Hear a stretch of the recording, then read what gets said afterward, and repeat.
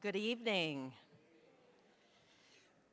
Now, whether you're watching us on the live stream or you're here in person at the wonderful Ogle Center on the campus of Indiana University Southeast, welcome to the Community Foundation of Southern Indiana's 30th anniversary celebration, and it is a true celebration.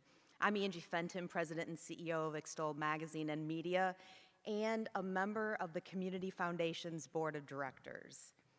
Now, prior to diving headfirst into my own company, I worked as a member of the media, and we were never permitted to join boards for myriad reasons. But at the last TV station that I worked for, the president, she held other views. And when Linda Speed reached out to ask if I would consider going through the process to determine whether or not I would be a good fit or vice versa, I was thrilled, and then soon I learned that I was home. It's an honor to serve on the foundation, and it's definitely an honor to be here with you this evening. Now, 2021 marks the 30th anniversary for the Community Foundation of Southern Indiana, and we want to celebrate with our supporters over the past 3 decades. But with the world coming out of a pandemic, the foundation wanted to honor its history by doing something totally on brand, making a grant or two. To commemorate our first 3 decades of philanthropy, you probably know this, the foundation opted to award $30,000 in grants, $15,000 each to a pair of nonprofit organizations working out of Clark and Floyd County, which we're going to award in just a little bit. But first, it's my pleasure to introduce our Board of Directors Chair, Sharon Handy. If you know Sharon, you know that she is probably one of the most soft-spoken people. Well, an attorney by trade, Sharon also lives life to the fullest. She has climbed Mount Kilimanjaro. She's visited 45 countries. She's been whitewater rafting, skydiving, paraponting, which is a sport of cross-country gliding using a specially designed parachute shaped like flexible wings, parasailing, zip lining, scuba diving, and she's an avid supporter of both the University of Louisville, which we won't talk about right now, and University of Kentucky's men's and women's athletic programs. I mean, she is truly a daredevil, and as impressive as all of that is, it's her heart for people that awes people the most, including those of us who are on the board that she leads. Please welcome Sharon Handy.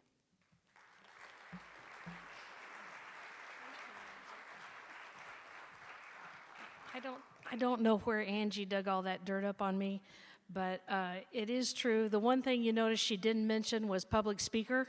I'm one of those people that fear that slightly more than death. So this is way more terrifying than any of those things I've done, so please bear with me.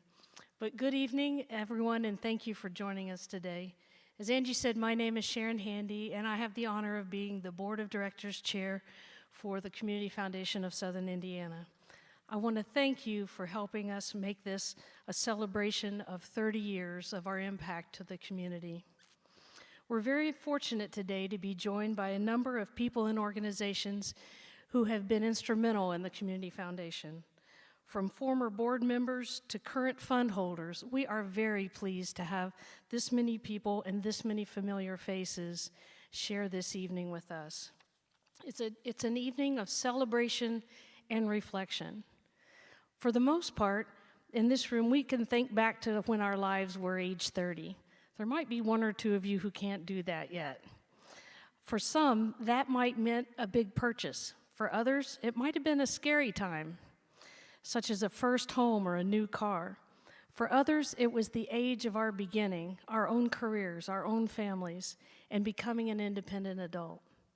No matter where you were on life's journey when you reached that big 3-0, that age was a defining one. It provided a bright line distinction between where you had been and where you hope to go as a full-fledged adult. Now, 30 years old, the Community Foundation of Southern Indiana is having that very same experience. We're ready to embark on another 3 decades of even greater philanthropy and impact. But we will not be sure where we are going if we forget where we have been and how we got there. We are thankful, very thankful, for the community leaders who saw the need to grow and establish a local community foundation back in 1991. That's part of where we have been and part of our future. We're very grateful for the Lilly Endowment. They helped us establish our foundation that year thanks to a matching grant, and they have continued to support us over the last 30 years. And of course, most importantly, we're appreciative of all of our supporters, from London, England, I think, not London, Kentucky, to California, to Spring Street and Pearl Street in both Jeffersonville and New Albany. Believers in our community foundation come from all over the globe and here at home. But no matter what the location, the meaning behind the gifts is the same. We're proud of our community in Southern Indiana. Our updated community needs assessment let us know what people who live and work in this area want. They have a strong sense of shared identity and culture, and they're happy to have such a welcoming community to call home. We've learned that by coming together and collaborating on our regional challenges and successes, we can accomplish great things. None of us can solve systemic problems in our community alone, but we can do it together as a team. As cliche as it may sound, teamwork truly does make the dream work. And the Foundation's dream work will continue to focus on finding the most pressing needs of our community and working together to make this place we call home a better place to live and work, better for everyone involved.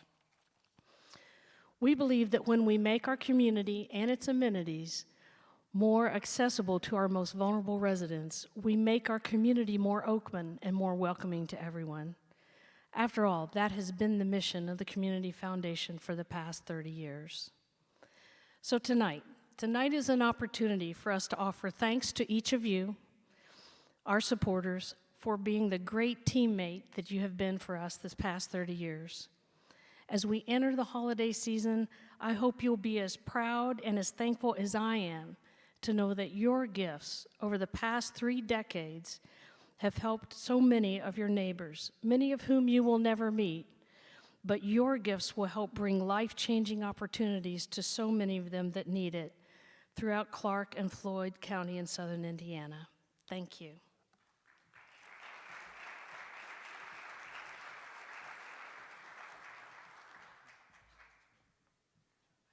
Now, those of you who know Linda know that she is class personified, that's for sure. Long ago, Linda left a career in law to raise her children, but then after opting to venture back into the workforce, she found herself drawn to the nonprofit world. She once said, quote, "There's always been that kind of ingrained feeling that what I wanted to do was something that was for the greater good. That sounds a little trite, but that's just how it is," unquote. Linda founded the Samuel L. Greenbaum Public Service Program at the University of Louisville's Louis D. Brandeis School of Law, where she was then introduced to the nonprofit world. Her next roles included Jeffersonville-based Presbyterian Church Foundation, Home of the Innocents, and the Community Foundation of Louisville. After Linda was hired in November 2010, then Board of Directors President Butch Shaw said he knew that she would be a natural fit because of her impeccable abilities to talk to people on myriad levels, but always with a heart of compassion, passion, and above all else, keeping that mission of helping others at the forefront. She's truly the embodiment of philanthropy and making people know just how much they matter. It's generally an honor to introduce to you the Community Foundation of Southern Indiana President and CEO, Linda Speed.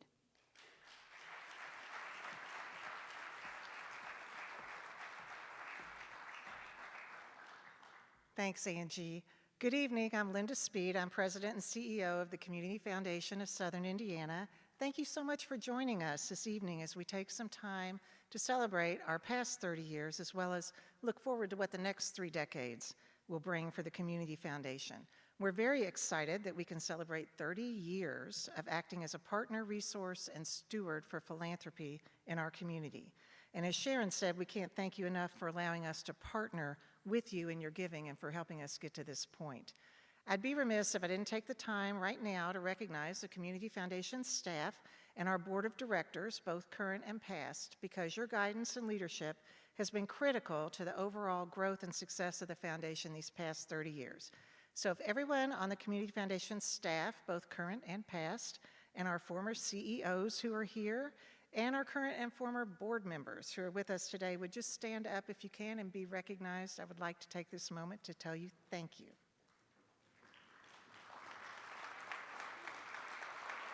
All right. This is the group of people who have directly impacted the work of this foundation for the last 30 years, and we just want to recognize you and say thank you. This is an exciting year for the Community Foundation. We're celebrating 30 years of impact in our community. Over the last 30 years, we've grown from just a few charitable funds and $1 million in charitable assets to now a true philanthropic partner in our region that administers over 265 charitable funds and $161 million in charitable assets. And more importantly, we have granted over $46 million back to our community since 1991. Thank you. That is an awesome number, thank you. We've been really fortunate. Back in 1991, the Lilly Endowment helped establish the Community Foundation with a matching grant. And thanks to the vision and hard work of some dedicated community leaders like Bob Lanham, Dale Oram, Ned Fow, Greg Fitzloff, Charles and Phyllis Garman, and many others, we were established to become this region's go-to resource for philanthropy. During the 90s, the Community Foundation was just beginning to get its start. Yes, we had the support of the Lilly Endowment, as well as many prominent figures around our communities. But creating a community foundation in our area didn't just happen overnight. It took planning, implementation, trust, and a lot of hard work. And luckily, my predecessors were up to that challenge. So our foundation saw sustained growth early, giving off the notion that something crazy like a community foundation in Southern Indiana might just work. As the 2000s rolled around, our foundation was hitting its stride. We were growing our unrestricted community impact fund, which gave us more money for community grants. We were awarding scholarships to students for college and generally improving the lives of Southern Indiana residents through our grants. But we felt like we could do even more. So 7 or 8 years ago, we did some self-reflection. We asked ourselves, how would we know if the Community Foundation is still relevant to the people here in our community? We also posed a similar question to our nonprofit partners and community members. What are the greatest needs and the highest priorities of our area? And how can the Community Foundation position itself to address them to make the greatest difference? After we asked this question, we were happy to see that there was so much synchronicity around themes that also resonated with us. This eventually led to the creation of the 2015 Community Needs Assessment, which explores our area's highest priorities and greatest challenges for building on our assets. The report provided important data across all sectors of our community, from the arts and the environment to health and human services to education, workforce development, quality of life, and quality of place. This all-inclusive resource was vital to begin understanding this area and its needs. Thanks to the hard work of Dr. Melissa Fry, the director of the Applied Research and Education Center at Indiana University Southeast, and her team, who spearheaded the report, we began to understand our neighbors and their needs at an even deeper level. Last year, we asked Dr. Fry and her team to update the report, and this summer the foundation produced the updated 2021 Pathways to Progress Needs Assessment. The updated report provides important data that opens doors for nonprofits to better communicate their stories more effectively, to engage more potential donors, and to learn what they can do to create measurable improvement in our quality of life. The report allows government agencies to understand the needs of constituents, and it allows the generous people in our community to see where they can have the greatest impact with their philanthropy. But most importantly, it provides a roadmap for a collaborative approach across all sectors of our community to address our greatest needs and our highest priorities to move our area forward. This Community Needs Assessment is just one of many resources that we have provided to our community at no cost to help us all understand how we can improve our region. But that's not all we do. Essentially, the Community Foundation exists so that our collection of individual donor funds can support more of our students who want to pursue education beyond high school, so that the arts can continue to enrich lives across our region, so that our environment is protected and preserved for future generations, So there are even more free books and literacy support for low-income children so that food banks and community food centers can continue their fight against hunger, and on and on. There are countless other causes that I haven't named, but that's because at the Community Foundation, your cause is our cause. We work tirelessly for all of these causes that our hundreds of donors support. And while every donor's fund is unique with its own charitable purpose, every fund that we administer helps us collectively to increase our impact and our reach around Southern Indiana. In addition to our individual donor funds, we also benefit our community through grants from our Unrestricted Community Impact Fund. This is a flexible fund that is designed to address the highest priorities and the greatest needs of our community. However, those needs might evolve over time. And in the last 30 years, we have seen that happen over and over again. Think about it. 30 years ago, if we talked about improving technology in the classroom, we probably meant buying more blackboards, right? Today, we're providing iPads and smart screens. 30 years ago, we would have all had that deer in the headlights look if someone had said the words COVID-19 to us. But think about the over $1 million in grants that we've made out of our disaster relief fund to address COVID-related causes for nonprofits, for individuals, for businesses in our community over the last year and a half. We used a $100,000 grant from the Community Impact Fund to seed the COVID-19 disaster relief fund, and then generous members of our community very quickly added $1 million to that fund, and we were able to make those grants that really kept businesses going and kept folks together during the height of the crisis. 30 years from now, needs and priorities will be different, and the Community Foundation and the Community Impact Fund will still be here, still creating change and impact for the betterment of all of our residents. Many of you here tonight have contributed to the Community Impact Fund over the years, and I thank you for your partnership in our work. The Community Foundation has accomplished a tremendous amount over the past 30 years, and in a moment, we're going to premiere a short Community Foundation movie that helps put into perspective the lives that have been affected and improved thanks to the Foundation's donors over these past 3 decades. But even then, there's still so much more we can do. We're motivated by all that we're yet to do, by all that we can do and that we want to do to help change the world around us. My sincerest thanks to the Community Foundation's Board of Directors, our staff, and all of our supporters. With your help, we will continue to make a difference for all Southern Indiana residents and nonprofits for generations to come. Thank you.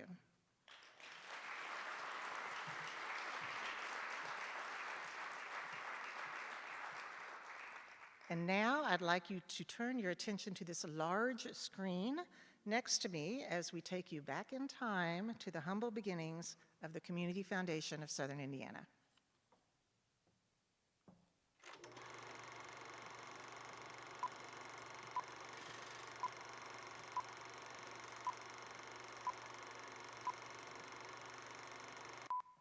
The year is 1991. Michael Jordan has just won his first of 6 NBA championships with the Chicago Bulls. A gallon of gasoline runs a few cents over $1, with new cars selling for an average of $15,000. And the first web server outside of Europe comes online, the start of a crazy idea called the World Wide Web. Needless to say, the last 3 decades have shown us that colossal change can occur in a relatively short amount of time. We have seen local staples come and go, leaving behind legacies that will remain in the hearts of Southern Indiana residents. We have also seen thriving businesses that we once considered untouchable fail to keep their doors open due to ever-changing demand. Even shopping malls, long considered the crown jewels of retail sales, just couldn't keep up with the changing landscape of commerce. But not everything was left in the past. We have seen revitalization, old friends overcoming challenges, and familiar jingles that will forever remain etched in our memories. We're the affordable furniture store, Schmidt Furniture. On the furniture corner of State and Main in New Albany. We have witnessed repurposing and complete overhauls, but more importantly, we have found success. These last 30 years have shown us that despite the highs and lows that go along with sustaining a community, the people are what truly makes Southern Indiana feel like home. and the people of Clark and Floyd County have been the biggest contributors to the success of the Community Foundation since our humble beginnings back in 1991. In 1991, when this concept of a community foundation started, there were rumblings about it earlier. There was a group of nonprofit leaders now who were connected with Lilly Endowment programs, and when we heard that this was going to happen, the excitement was awesome because the potential that it had for our community was just tremendous. But then reality set in. It's like, okay, how are we going to do this? How do we make this happen? Because it wasn't just a gift from Lilly Endowment. Yes, it was, but it was also, we need to start raising money in our community. And as members of nonprofits, we were like, okay, we're just barely making it through day to day with our own resources. How do we do something like this? And that concept of a foundation and people giving to it to start endowments or funds, it's like, it was just a whole different beast.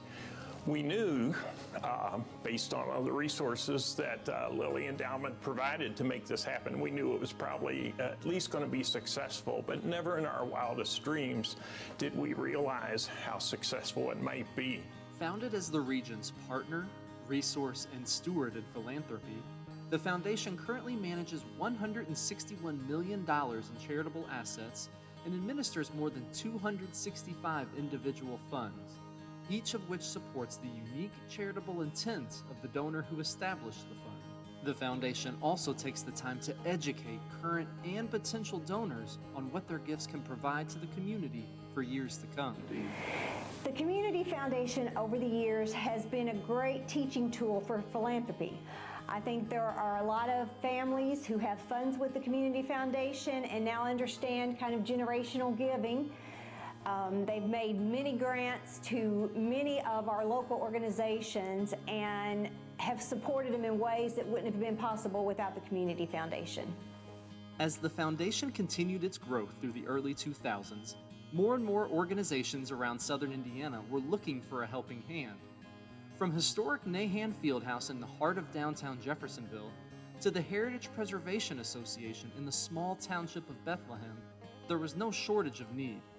This meant that additional resources were essential to keep up with the increasing number of projects.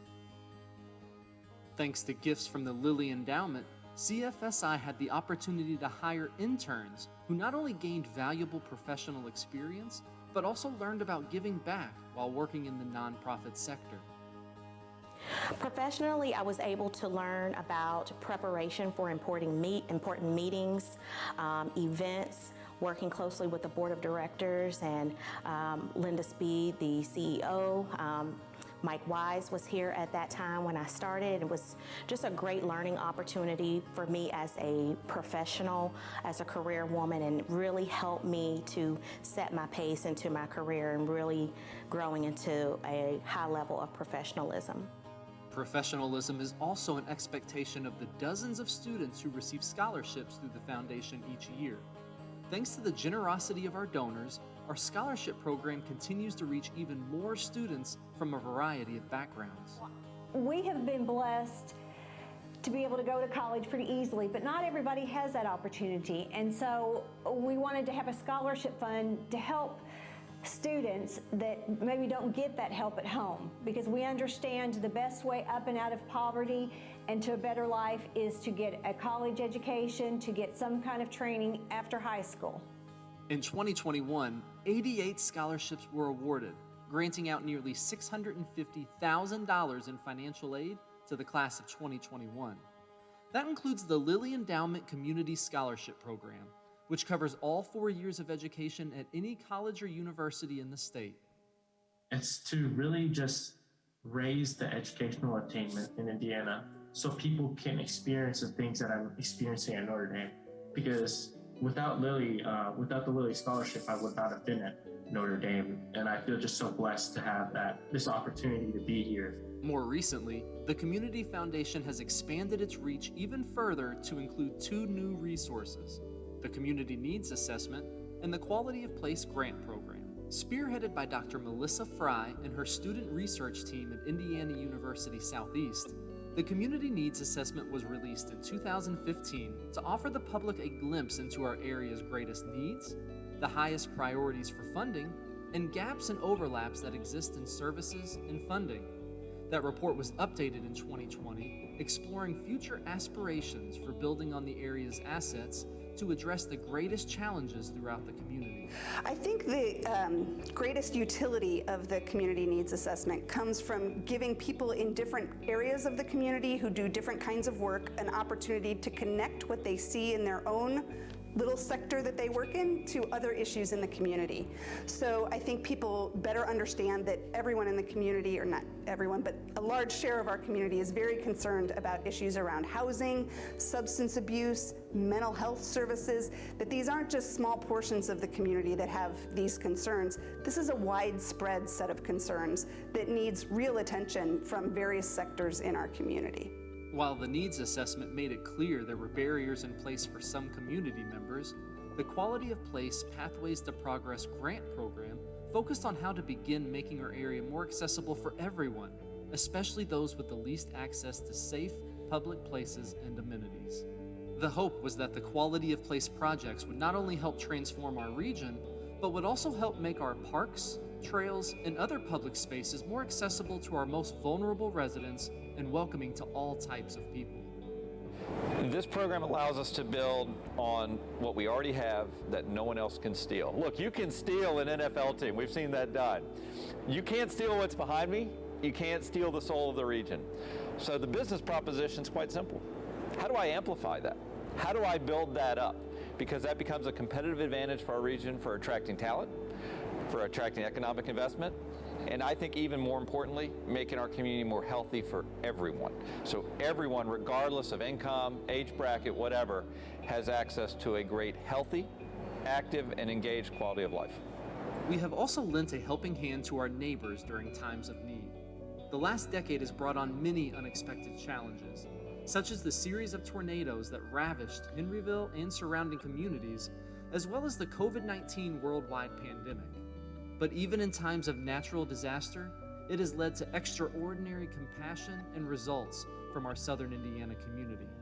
From installing early warning sirens for severe weather to opening food banks during COVID, our donors have used their gifts, both big and small, to become hometown heroes to those in need around them. As Christopher Reeve reminded us in a way that only Superman can, a hero is an ordinary individual who finds the strength to persevere and endure in spite of overwhelming obstacles. If you drive around Clark and Floyd counties in southern Indiana, the impact the Community Foundation and its generous donors have had on the area is clearly visible. From the precision and power of the award-winning Jeffersonville High School Band to the strength and resiliency of Cardinal Joseph E. Ritter, our legacies are felt far and wide. And those gifts will continue to be utilized by future generations. Whether they are looking for motivation to improve their physical health or wanting an interactive glimpse into the powerful history of Clark County, the foundation and its donors have helped ensure generosity that will last throughout our area forever. As for the next 30 years, let's just say we have some very ambitious plans. In 30 years, gosh, when you think about what's happened in these first 30 years, it's almost unbelievable how far we've come in this very short amount of time. The potential over the next 30 years, I think, is endless. I mean, people are just now beginning to see the impact a community foundation can have. As a member of the board of directors of the New Albany-Floyd County Education Foundation, which is a supporting organization of the Community Foundation. I remember when we first started that years ago, it's like, okay, the Community Foundation is the perfect place to do something like this, to have a fund that's going to benefit our teachers and administrators and our students in our schools. The Community Foundation's got all the resources to help us do what we need to do as an education foundation. So it just made sense to connect it to the Community Foundation. I think down the road, 5, 10, 20, 30 years from now, there are going to be all sorts of opportunities where people are going to say, this is the place where we need to provide resources for causes that we care about, whether it's additional supporting organizations or the opportunities for endowments is just unlimited. So I hope I live long enough to see the impact that Community Foundation of Southern Indiana will have 30 years from now. I think it's going to be incredibly exciting and transformational to our community here.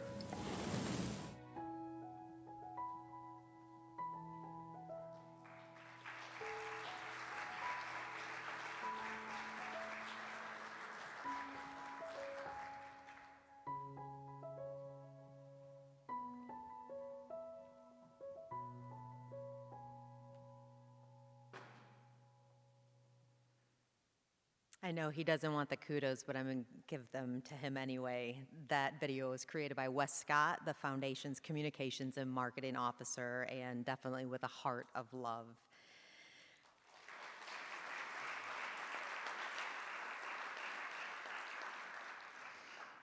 Now it's time for the grant giving. But before we present the grants to our two nonprofits, I'd like to explain the grant-making process. And I also just want to say, as a member of the board of directors, when we were looking at what would this celebration look like, it was just an amazing, phenomenal experience to be a part of when it was just a collective decision to say, we give grants in honor of the 30th. So I'm so proud to be a part of a board that saw that this was the best way to celebrate. So from October 1st to the 15th, the public had the opportunity to nominate the deserving nonprofits. Those organizations needed to provide proof that they serve the residents of Clark and Floyd counties, have a physical location in Clark or Floyd County, and were verified 501c3 public charity in good standing with the IRS. After receiving nearly 60 nominations from all over the counties in Southern Indiana and then grading them through our grant-making rubric, which was an arduous process, the foundation narrowed the list down to 10 finalists. To provide a more level playing field, there were two categories that were created that were based on the organization's budget size. 5 finalists from each category were selected and notified. And I'm going to read those. Finalists from the Blue Division included Child Place Incorporated, Hope Southern Indiana, Lifespan Resources, Providence House, and St. Elizabeth's Catholic Charities. Finalists from the Gold Division included BEA, which stands for Beautiful As You Are Corporation, Falls of the Ohio Foundation, Habitat for Humanity Clark and Floyd, Indiana, Homeless Coalition of Southern Indiana, and Jacob's Well. Now, just as the Community Foundation asked the public for the initial nominations, the public was also one of the deciding factors in who the ultimate winner would be.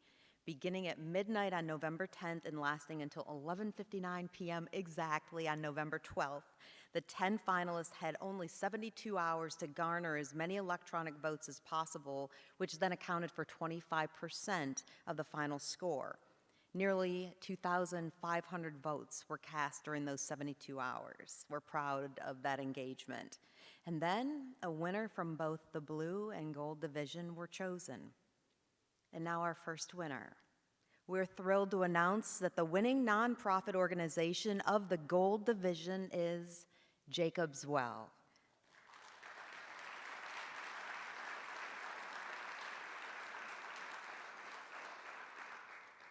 Located in Greenville, Indiana, Jacob's Well is a transitional living program that provides emotional and physical support for single women and their children to be restored as confident, productive, self-sufficient members of our community.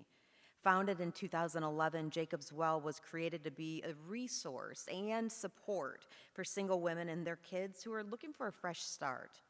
Jacob's Well is a place of healing and connection in a safe environment. Through supportive transitional housing, mentoring teams, enrichment courses, family advocacy, counseling, and youth development, Jacob's Well walks alongside disadvantaged moms and their families, helping them to break harmful cycles and regain hope and a future. To accept the check on behalf of Jacob's Well, please welcome Sarah Flannery.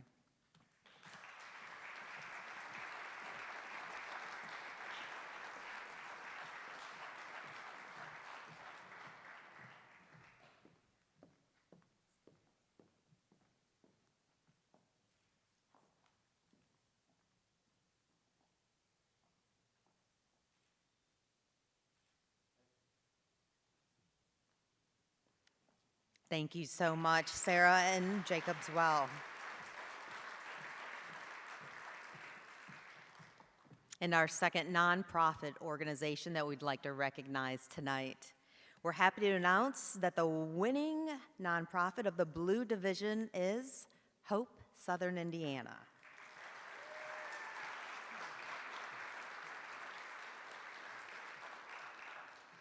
Located in New Albany, Hope Southern Indiana partners with the faith-based community to help empower and support individuals and families as they begin to reach a higher level of self-sufficiency and stability.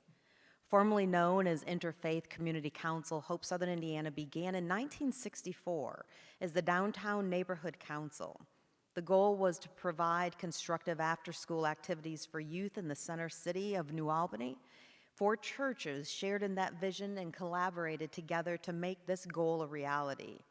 Today, Hope Southern Indiana continues to build bridges between our community and churches to best meet the needs of residents in Southern Indiana through myriad programs and services. To accept the check on behalf of Hope Southern Indiana, please welcome Executive Director Angela Graff.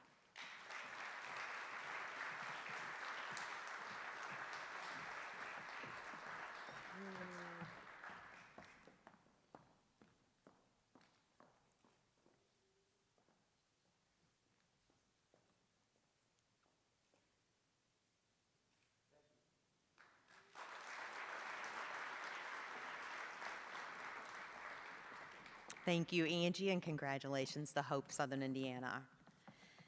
Now, before you depart for the evening, whether you are with us in person or watching the live stream, we just want to share a final thought or a few thoughts. Yes, this is typically the part of the event where the host is going to make a plea to those in attendance to find it in your hearts, to take out your wallets, your purses, and to give money to a cause, but that's not going to happen. Tonight, we want that focus to remain on those whom we've helped over the past 30 years, without forgetting that there are so many more in our community who still need additional resources. Tonight, though, also is about our amazing supporters, you, including those who managed to give a little and others who have contributed much more sizable gifts. All of it matters. Tonight is about our community, Clark and Floyd counties in Southern Indiana. We all know this. It can be so easy at times to lose sight of that big picture and focus on the trivial aspects of our lives. It can also be hard to stave off becoming enmeshed in what can be truly difficult trials and tribulations and forget the power of lifting others can have on their lives and our own. If you will indulge me for a moment, just take a minute to look around this room and see all of your various supporters of various nonprofit organizations throughout our community. We're one another's neighbors, coworkers, parishioners, friends, family, but most importantly, we're a community. We look out for each other, and collectively, we want the best for this area that we call home. And for that, all of us at the Community Foundation appreciate you much more than words can convey. As you leave tonight, again, this is about you. We have a special gift for you to take on the table by the doors. We're hopeful that this gift will remind you everything you've helped our Community Foundation accomplish in its first, as Jerry Finn said, first 30 years. We can't wait to see what happens in the next 3 decades. We also hope that this or something else from tonight's event will light a fire for future causes you would like to support. And when that spark finally comes, just know your Community Foundation, with the emphasis on your, is here to help you in every step of your philanthropic journey. And as we celebrate the 30th anniversary, I ask you to do us also one small favor and tell someone about us. Help us grow our foundation family. Thank you again for taking the time, and we hope that you enjoy a joyous and safe holiday season.